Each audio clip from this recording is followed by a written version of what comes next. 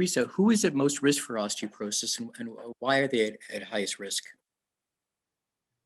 Well, basically, when we think about osteoporosis, we think about primary osteoporosis and secondary osteoporosis. And what's included in really primary osteoporosis is age, one's gender, and one's genetics. Well, I always say to people, we can't change your genetics. Your genetics are what they are. And basically about 62% of one's risk is related to genetics. But we do have all these other factors. You can't change your age as well. It is understood that there is age-related bone loss, and for certain, as people age, they are at increased risk for fractures and increased risk for osteoporosis, both men and women. And then we have a gender difference. Both young men and women, as when they're born, they have their genetics. You can't change that. But as they're acquiring bone, and most people reach their peak bone mass by around age 30, one can look at what happened growing up. Childhood diseases can affect one's peak bone mass. Drugs during childhood can. Eating disorders, drugs, smoking, diet, exercise.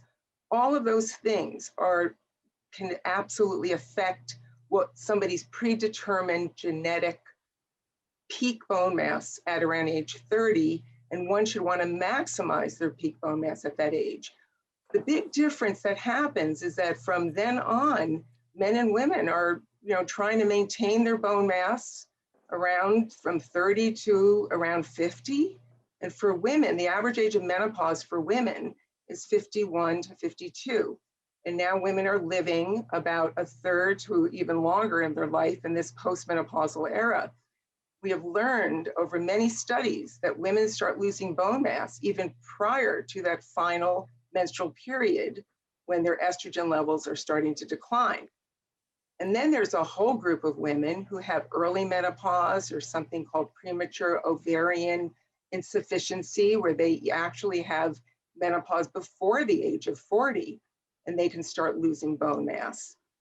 So it's critical to evaluate people. And for men do lose bone, but it's later, as we discussed earlier, and they will and can get osteoporosis as well. It just happens to be a little bit later than for women.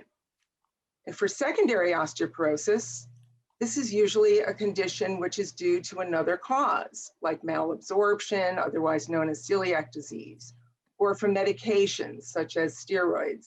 We will get into this in a little bit later.